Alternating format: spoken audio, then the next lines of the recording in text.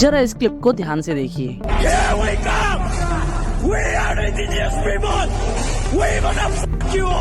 और इसे भी।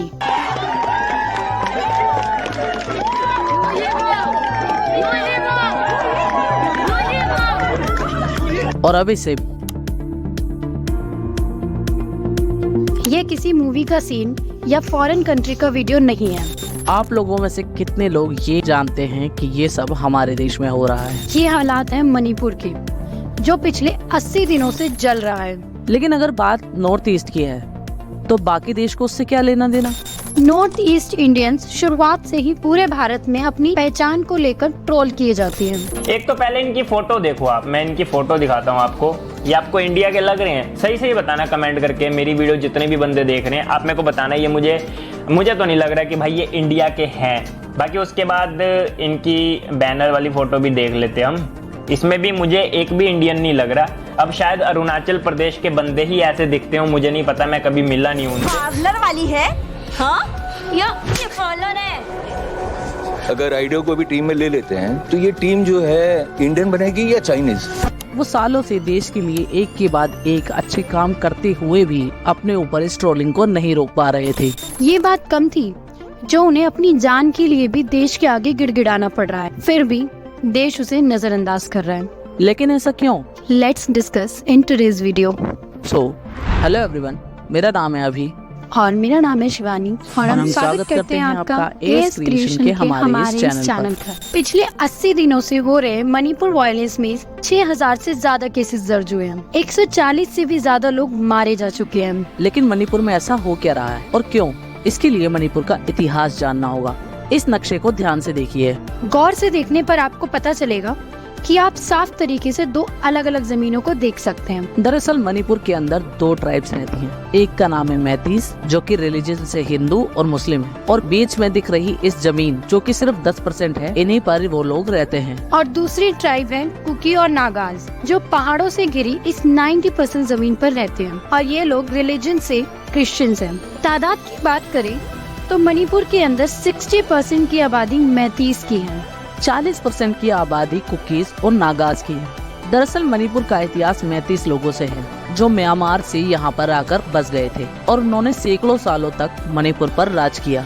But as you know, Meiteis religion से हिंदू थे और कुकी और नागाज क्रिश्चियंस थे। इसीलिए मैतीस ने जब मणिपुर पर राज किया तो उन्होंने कुकीज को जबरदस्ती हिंदू धर्म अपनाने के लिए फोर्स किया, जिसकी वजह से इन दोनों के बीच बहुत बार लड़ाइयाँ हुई। लेकिन एक समझौते के बाद यह झगड़ा रुक गया था, जिसमें यह तय हुआ कि मैतीस लोग अपनी जमीन पर रहकर अपना राज्य संभालेंगे और कुकीज लोग हिल्स के एरिया में अपने कल्चर को फॉलो करेंगे। और इन दोनों के बीच ट्रेड भी स्टार्ट हुआ। लेकिन फिर हुआ एक ऐसा इंसिडेंट जिसने इनकी लाइफ बदल दी। बर्मीज एम्पायर ने मणिपुर पर हमला कर दिया, जिसमें मैतीस की हार हुई और बर्मीज एम्पायर ने फोर्स किया मैतीस और कुकीज को बुद्धिज्म अपनाने के लिए, जिसकी वजह से कुकी उनसे नाराज थे, क्योंकि मैती का काम था कुकीज़ों की रक्षा करना। लेकिन बर्मीज एम्पायर का शासन ज्यादा समय चल नहीं पाया, क्योंकि ब्रिटिश ने इंडिया पर कब्जा कर लिया था। मणिपुर में उन्होंने बर्मीज को हराया और मणिपुर को यूनियन टेरिटरी बना दिया गया। जब देश को आजादी मिली तब मणिपुर के पास दो ऑप्शंस थे, या तो वो एक इंडिपेंडेंट देश बनकर रह सकता था या फिर इंडिया का हिस्सा बन जाए। और क्या हुआ होगा ये तो आप सब जानते ही हैं। जब देश को आजादी मिली तो मणिपुर को यूनियन टेरिटरी से बदल देश का एक स्टेट बना दिया गया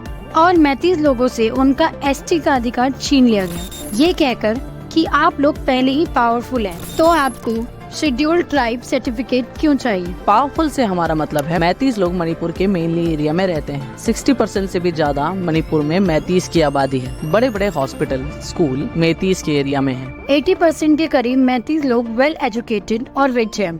विधानसभा में 60% में से 40 MLAs मैतीस समुदाय के हैं और इनके पास SC और OBC सर्टिफिकेशन भी है।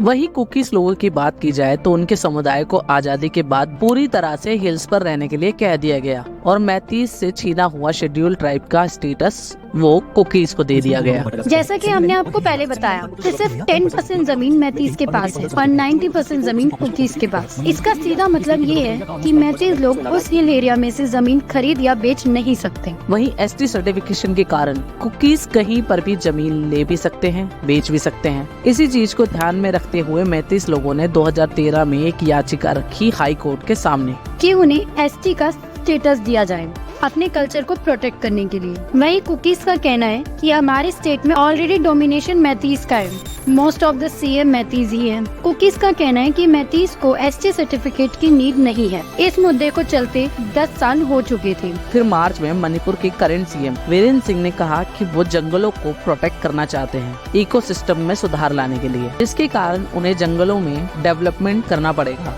इस वजह से मार्च में मणिपुर के चूड़ा चंद्रापुर इलाके में कई कुकीज लोगों को उनके घर से निकाल दिया गया, उनके घर तोड़ दिए गए, जिसकी वजह से कुकीज समुदाय ने कहा कि ये उनके पूरे समुदाय के लिए ठीक निर्णय नहीं है। सरकार के इस निर्णय के खिलाफ कुकीज ने पीसफुल प्रोटेस्ट भी किया, लेकिन बात यहाँ थमती नहीं। ये मैटर सुलझा भी नहीं था कि 10 साल से चल रही अपील को हाई कोर्ट ने मंजूरी दे दी। यानी कि अब मैतीज लोगों को भी एसटी का स्टेटस मिल चुका था, जिसकी वजह से पीसफुल प्रोटेस्ट पीसफुल नहीं रहा और सरकार और हाई कोर्ट के इस फैसले की आलोचना करते हुए वायलेंस शुरू हो गया। दंगे शुरू हुए अभी 2 दिन भी नहीं हुए थे कि एक फोटो बहुत तेजी से वायरल होने लगी, जिसके अंदर लिखा था कि कैसे कुकीज लोगों ने एक मैती लड़की किया और उसे मारकर फेंक दिया। पर वो फोटो फेक था, लेकिन जब तक ये बात सबको पता चलती तब तक पूरे मणिपुर में इस फोटो ने आग लगा दी। मारकाट होने लगी, लोगों की घर दुकान जला दी गई, मंदिर और चर्च जला दिए गए। कई मैतीस लोगों ने मिलकर 2 कुकी महिलाओं का रेप किया और उन्हें पूरे शहर में बिना कपड़ों के घुमाया, ये कहकर कि जैसा तुम लोग हमारी औरतों के साथ करोगे, हम भी तुम्हारी औरतों के साथ वही करेंगे। 50,000 से ज्यादा लोगों को उनके घरों से शिफ्ट कर दिया गया। 140 से ज्यादा लोग मारे गए, 6,000 से ज्यादा केस रजिस्टर हुए, लेकिन फिर भी कोई स्ट्रिक्ट एक्शन नहीं लिया गया। आज 80 दिनों से ज्यादा हो गए हैं मणिपुर को जलते हुए, और लेकिन ना ही इंडियन मीडिया का, ना ही इंडियन गवर्नमेंट और ना ही आधे से ज्यादा इंडियंस का मणिपुर की कंडीशन पर ध्यान है। उसे इस तरह इग्नोर किया जा रहा है सरकार और मीडिया के द्वारा जैसे वो भारत का हिस्सा ही ना हो। जब तक सभी इंडियंस भारत की सभी प्रॉब्लम्स को अपनी प्रॉब्लम्स नहीं समझेंगे, तब तक कुछ भी चेंज नहीं होगा। 80 दिन हो गए हैं मणिपुर को इंडिया से जस्टिस मांगते हुए। देखें और कितना टाइम लेती है ये सरकार और ये देश उन्हें अपना समझने में जो अपने ही है। वी होप आपको आज की हमारी ये वीडियो पसंद आई होगी। तो जल्दी ही मिलते हैं आपसे नेक्स्ट वीडियो में। Till then take care.